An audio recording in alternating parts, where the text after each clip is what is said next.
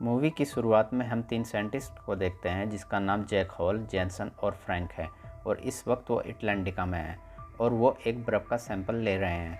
तभी उस बर्फ़ में एक बड़ी दरार आ जाती है और उनकी मशीन कई हज़ार फीट नीचे गिर जाती है। तभी वो पूरी जगह 2 हिस्सों में हो जाती है। तभी जैक देखता है कि जो सैंपल उन्होंने लिए थे वो दूसरी तरफ रह गए हैं। जैक उन्हें लेने के लिए दूसरी तरफ कूद जाता है और सैंपल लेकर जब वो अपने दोस्तों की तरफ कूदता है तो उसी खाई में गिर जाता है। मगर जैक के पास एक हुक होता है, उसकी मदद से जैक बच जाता है। अगले सीन में हमें जैक न्यू दिल्ली में दिखाया जाता है जहाँ पर एक ग्लोबल वार्मिंग के बारे में मीटिंग होती है। उस मीटिंग में सभी देशों के लोग होते हैं। जैक उन्हें बताता है कि हमारी बर्फीली चोटियाँ पिघलती जा रही हैं। अगर हमने जल्दी कुछ ना किया तो गर्मी का मौसम ख़त्म हो जाएगा, क्योंकि जो आखिरी बर्फ़ का टुकड़ा था वो एक शहर जितना बड़ा था। अमेरिका के उपराष्ट्रपति जैक की बातों पर कोई खास ध्यान नहीं देते हैं। जैक बाहर आ जाता है जहाँ उसकी मुलाकात प्रोफेसर रैमसन से होती है। रैमसन्स भी एक साइंटिस्ट हैं जो समंदर के मौसम पर नज़र रखते हैं। रैमसन जैक को कहते हैं कि मुझे आपसे मौसम की पूरी जानकारी चाहिए और वो दोनों एक टैक्सी में बैठकर वहाँ से चले जाते हैं। अगले सीन में हमें रैमसन का रिसर्च सेंटर दिखाया जाता है जहाँ पर एक कंप्यूटर मौसम की खराबी का संकेत दे रहा था। उधर टोक्यो में अचानक मौसम इतना ख़राब हो जाता है कि वहाँ पर आसमान से बड़े बड़े बर्फ़ के टुकड़े गिरने लगते हैं जिसकी वजह से कई मौतें हो जाती हैं। फिर जैक घर आ जाता है और वो अपनी पत्नी को फ़ोन करता है। जैक को पता चलता है कि उसका बेटा सैम, जो कि बहुत होशियार है, वो फेल हो गया है। जैक अपनी पत्नी, जिसका नाम लूसी है, कहता है कि सैम बहुत ही होनहार स्टूडेंट है, वो फेल कैसे हो सकता है। लूसी जैक को कहती है कि तुम उसे कल एयरपोर्ट छोड़ सकते हो। जैक कहता है कि सैम कहीं जा रहा है। लूसी उसे बताती है कि कल सुबह वो अपने दोस्तों के साथ न्यूयॉर्क जा रहा है क्विज कॉन्टेस्ट में भाग लेने के लिए। अब जैक और सैम एयरपोर्ट जा रहे होते हैं। जैक सैम से पूछता है कि तुम फेल कैसे हो गए। सैम कहता है कि मुझे सारे जवाब पता थे मगर मैंने उन्हें बुक में नहीं लिखा था। जैक कहता है कि तुमने ये बात अपने टीचर को बताई। सैम हाँ में जवाब देता है और कहता है कि उन्होंने कहा कि तुम अगर इतने ही होशियार हो तो यहाँ क्या कर रहे हो, और उन्होंने मुझे फेल कर दिया। जैक कहता है कि कमाल है, कोई किसी को इस वजह से फेल कैसे कर सकता है कि वो उससे ज़्यादा होशियार है। फिर वो लोग न्यूयॉर्क पहुँच जाते हैं। वहाँ बहुत ज़्यादा ट्रैफिक होता है। लौरा टैक्सी ड्राइवर से पूछती है कि और कितनी दूर है। वो कहता है कि बस पहुँच गए। सैम कहता है कि हम चल कर जा सकते हैं और वो गाड़ी से उतर जाते हैं। सैम आसमान की ओर देखता है जहाँ पर बहुत सारे पक्षी उड़कर कहीं जा रहे होते हैं। उन्हें देखकर लगता है कि कोई बड़ी मुसीबत आने वाली है। फिर प्रोफेसर रैप्सन दिखाया जाता है जो कि देखता है कि समंदर का मौसम अचानक 13 डिग्री घट गया है और ऐसा अलग अलग 4 जगह होता है, जो कि बहुत बड़ी बात है और ये आगे बढ़ता जा रहा है। रैप्सन तुरंत जैक को कॉल करता है। वो कहता है कि जैसा तुमने कहा था कि हमारे ग्लेशियर्स पिघलने से उत्तरी महासागर की धाराओं पर असर पड़ेगा, लगता है ऐसा ही हो रहा है। जैक ये सुनकर चौंक जाता है और कहता है कि ऐसा 10,000 सालों में पहले कभी नहीं हुआ। फिर टीवी पर मौसम विभाग बताता है कि 70 किलोमीटर प्रति घंटा की रफ्तार से हवा चल रही है और ये रफ्तार बढ़ने की आशंका है। उधर लॉस एंजलिस में हवा बवंडर का रूप ले लेती है और आधे से ज़्यादा शहर को तबाह कर देती है, जिसमें बहुत सारी जानें जाती हैं। ये न्यूज़ सैम और लॉरा टीवी पर देख रहे होते हैं। उन्हें पता चलता है कि उड़ान मंत्रालय ने सारी उड़ानें रद्द कर दी हैं। फिर हमें नासा की एक मीटिंग दिखाई जाती है जहाँ पर सभी साइंटिस्ट अपनी अपनी राय दे रहे होते हैं मगर किसी को कुछ समझ नहीं आता। फिर जैक कहता है, क्या किसी ने उत्तरी महासागर की जांच की है। जैक उन्हें बताता है कि कल रात मुझे प्रोफेसर रैप्सन का कॉल आया था हेडलाइन केंद्र से। उन्हें लगता है कि धारा बदल गई है। जैक उन्हें समझाता है कि यह धारा नमक और ताज़े पानी के संतुलन पर निर्भर करती है और किसी ने यह गौर नहीं किया कि ध्रुवीय चोटी की बर्फ़ पिघलने से समंदर में कितना ताज़ा पानी मिल गया है और मुझे लगता है कि समंदर का नमक ख़त्म हो रहा है। ये सुनकर वो सब हैरान हो जाते हैं। वहाँ पर खड़ी एक लड़की कहती है कि हाँ, ये मौसम में भयानक बदलाव की वजह हो सकती है। टॉम कहता है कि तुम्हें लगता है कि मौसम में ये बदलाव यूं ही जारी रहेगा। जैक जवाब देता है कि मुझे लगता है कि हमारे मौसम में भयानक फेरबदल होने वाला है। फिर वो लड़की और जैक बाहर आ जाते हैं। वो लड़की जैक को कहती है कि क्या आपका यंत्र तूफान की जानकारी दे सकता है। जेनसन उसे कहता है मगर हमें इसे चेक करने का मौका नहीं मिला। वो लड़की कहती है कि मैं तुम्हारी मदद कर सकती हूँ और वो सारे काम पर लग जाते हैं और उन्हें नतीजे मिल जाते हैं। जैक उस रिपोर्ट को देखकर कहता है कि 6 से 8 महीने ये नामुमकिन है। वो लड़की जैक को कहती है कि ये वक्त महीनों में नहीं हफ्तों में है। जैक ये सुनकर तुरंत टॉम को लेकर उपराष्ट्रपति के पास पहुंच जाता है और उसे सारी बातें बताता है और कहता है कि हमें उत्तरी इलाके के शहर खाली कराने होंगे। मगर उपराष्ट्रपति जैक की बात नहीं सुनते। फिर हमें टीवी पर न्यूज़ दिखाई जाती है कि पिछले 24 घंटे से ब्रिटेन और उत्तरी इलाकों में लगातार बर्फ़ पड़ रही है, जिसके बंद होने के कोई आसार नहीं है। दक्षिण से भी हज़ारों के मरने और घायल होने की खबर आ रही है। ब्रिटेन में शाही ख़ानदान फंसा हुआ है और उन्हें निकालने की कोशिश की जा रही है। अगले सीन में हमें 3 हेलीकॉप्टर दिखाए जाते हैं जो कि शाही महल की ओर जा रहे होते हैं। मगर रास्ते में वो एक बहुत बड़े बर्फ़ के बाउंडर में फंस जाते हैं, जहाँ पर इतनी ज़्यादा ठंड होती है कि उनके हेलीकॉप्टर जम के नीचे गिर जाते हैं। वो लोग जैसे ही हेलीकॉप्टर से बाहर आते हैं तो 1 मिनट में जमकर मर जाते हैं। फिर प्रोफेसर रैप्सन जैक को फ़ोन कर स्कॉटलैंड की खबर देते हैं। वो बताते हैं कि यहाँ पर ठंड इतनी ज़्यादा बढ़ गई है कि लोग गाड़ी से निकलने से पहले ही जमकर मर जाते हैं। जैक प्रोफेसर रैम को कहता है कि मुझे वहाँ के मौसम की रिपोर्ट दो। जैसे ही जैक उस रिपोर्ट को देखता है वो हैरान हो जाता है। उधर न्यूयॉर्क में पिछले 3 दिनों से लगातार बारिश हो रही थी। जेडी सैम और उसके दोस्तों को अपने घर ले आता है और वो घर पर आकर न्यूज़ देखते हैं, जिसमें बता रहे होते हैं कि बस और ट्रेन की सेवाएं रद्द कर दी गई हैं और लोगों को घर से ना निकलने की सलाह दी जा रही है। नौवा समंदर का स्तर भी 25 फुट बढ़ गया है, वो भी कुछ सेकंडों में, और उत्तरी इलाकों में ठंडी हवाएं का स्तर नीचे की ओर आ रहा है।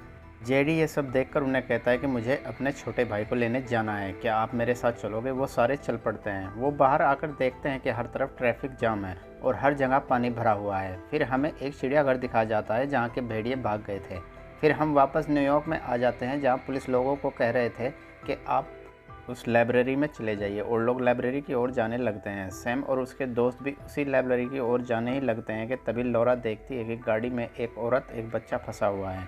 लौरा उनकी मदद करने जाती है, तभी उसके पैर में चोट लग जाती है, मगर वो उन तक पहुंच जाती है और उन्हें लाइब्रेरी की ओर लाने लगती है। तभी समंदर में एक बहुत बड़ा तूफान आ जाता है और उसका पानी बहुत ऊंचाई के साथ शहर के अंदर आ जाता है और अपने सामने आने वाली हर चीज़ को तबाह कर देता है। सैम उसे आते देख लेता है और लौरा को बचा लेता है और वो लोग लाइब्रेरी की ऊंची मंजिल पर चले जाते हैं। नीचे बचे सब लोग मर जाते हैं। फिर हमें जैक दिखाया जाता है जो रैप्सन से कहता है कि तूफान के घूमने से आसमान की ठंडी हवा ज़मीन की ओर आ रही है और 7 दिन में सब कुछ ख़त्म हो जाएगा और हम सब एक सही युग में होंगे।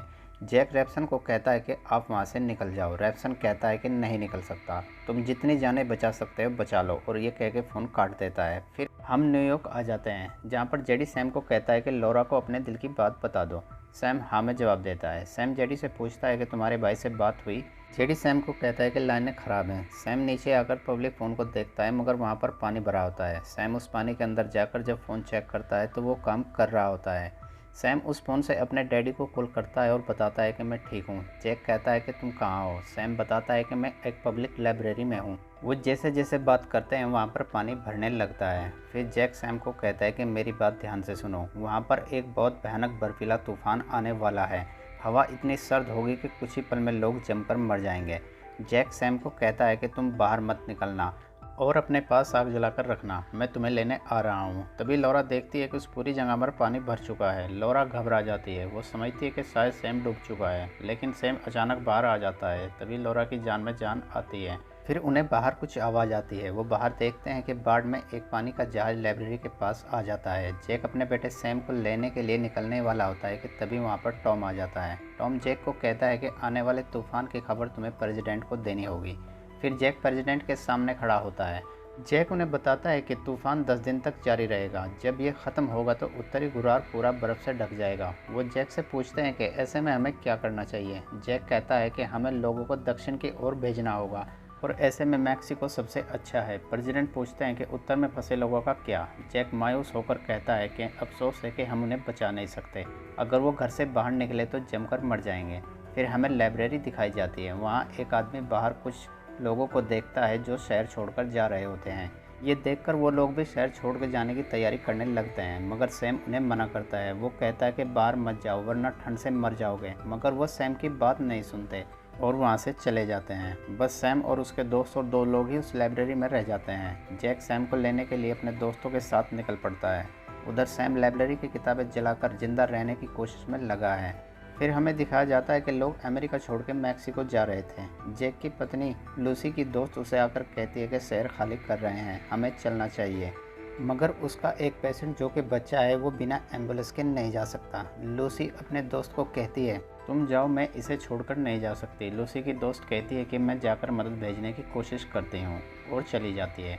उधर जैक एक भयानक बर्फ़ के तूफान के बीच से जा रहा होता है और उनकी गाड़ी के सामने कुछ नज़र नहीं आता और उनकी गाड़ी एक ट्रक से टकरा जाती है और बंद पड़ जाती है। जैक अपने दोस्तों को कहता है कि हम यहाँ से पैदल चलेंगे और वो लोग बर्फ़ वाले जूते और सूट पहनकर चल पड़ते हैं। अगले सीन में हमें दिखाया जाता है कि जो लोग लाइब्रेरी से निकले थे उनमें से कुछ लोग आधे रास्ते में ही ठंड से मर चुके थे।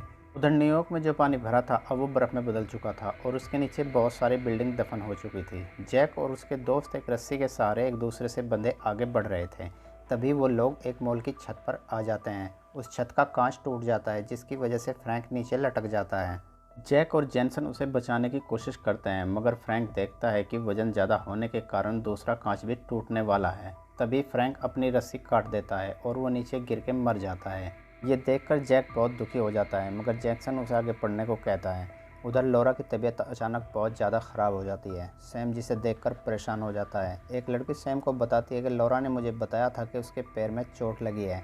लोग लॉरा का पैर खोलकर देखते हैं तो वहाँ पर खड़ी एक औरत कहती है कि खून में जहर फैल गया है, शायद सेप्टिक हो गया है। अगर अभी दवा ना की तो इसकी जान को खतरा है। फिर हमें एक अंतरिक्ष में सैटेलाइट दिखाई जाती है जिसमें कुछ लोग होते हैं। वो देखते हैं कि पृथ्वी पर बर्फ़ का चक्रवात बढ़ता ही जा रहा है। उनमें से एक आदमी उस चक्रवात का फ़ोटो खींच नासा के कार्यालय में भेज देता है जहाँ पर टॉम होता है। टॉम वहाँ पर उस लड़की से पूछता है कि ये तूफ़ान कितना बड़ा है। वो लड़की कहती है कि इस चक्रवात का दायरा 50 मील है और ये शायद और बढ़ सकता है। और वो कहती है कि जो चक्रवात एशिया और यूरोप में है वो इनसे बड़े हैं और ये वाला 1 घंटे के अंदर न्यूयॉर्क पहुंच जाएगा। उधर जैक आगे बढ़ता जा रहा था तभी जेनसन बेहोश हो जाता है।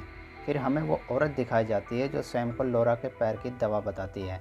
सैम कहता है कि बाहर खड़े जहाज में शायद ये दवा हो और वो दवा लेने जाने लगता है। सैम का दोस्त और जेडी भी सैम के साथ जाते हैं और अब वो जहाज में आ जाते हैं और उस दवा को ढूंढने लगते हैं। वो दवा सैम के दोस्त को मिल जाती है। इंसानी गन सूंघते हुए कुछ भेड़िए जहाज के अंदर आ जाते हैं। जेडी सैम को कहता है कि शायद जहाज की कैंटीन में कुछ खाना हो और उन्हें खाना भी मिल जाता है और वो खाना लेकर बाहर आने ही लगते हैं कि तभी एक भेड़िया उन पर हमला कर देता है और जेडी के पैर में काट लेता है। सैम और उसका दोस्त जेडी को किसी तरह बचा लेते हैं और दरवाज़ा बंद कर देते हैं। जब वो लोग लाइब्रेरी की तरफ आने लगते हैं तो सैम देखता है कि एक बहुत बड़ा बर्फ़ का चक्रवात तेज़ी से उनकी ओर आ रहा होता है और हर चीज़ जमती जा रही होती है। क्योंकि जेडी घायल था तो वो भाग नहीं सकता था तो सैम उसे किसी चीज़ पर डालकर तेज़ी से लाइब्रेरी की ओर दौड़ता है। वो बर्फ़ का चक्रवात सैम के करीब आने ही वाला होता है कि तभी जेडी को अपनी पीठ पर उठाकर तेज़ी से अंदर आ जाता है और दरवाज़ा बंद करने को कहता है और कहता है कि आग बुझने मत दो। जब वो लोग दरवाजे को देखते हैं तो वो देखते हैं कि पूरा दरवाज़ा जम चुका होता है। उधर जैक भी अपने बेहोश दोस्त को एक कमरे में लाकर तुरंत आग लगा देता है और जेनसन को भी बचा लेता है। जेनसन को जब होश आता है तो वो देखता है कि वहाँ पर सब चीज़ जमी हुई है। जेनसन जैक को शुक्रिया अदा करता है और फिर वो दोनों सैम को लेने निकल पड़ते हैं। फिर हमें सैटेलाइट से हमारी पृथ्वी दिखाई जाती है। वो लोग देखते हैं कि उत्तर अमेरिका की बर्फ़ हट रही है। वो लोग तुरंत कार्यालय को खबर करते हैं।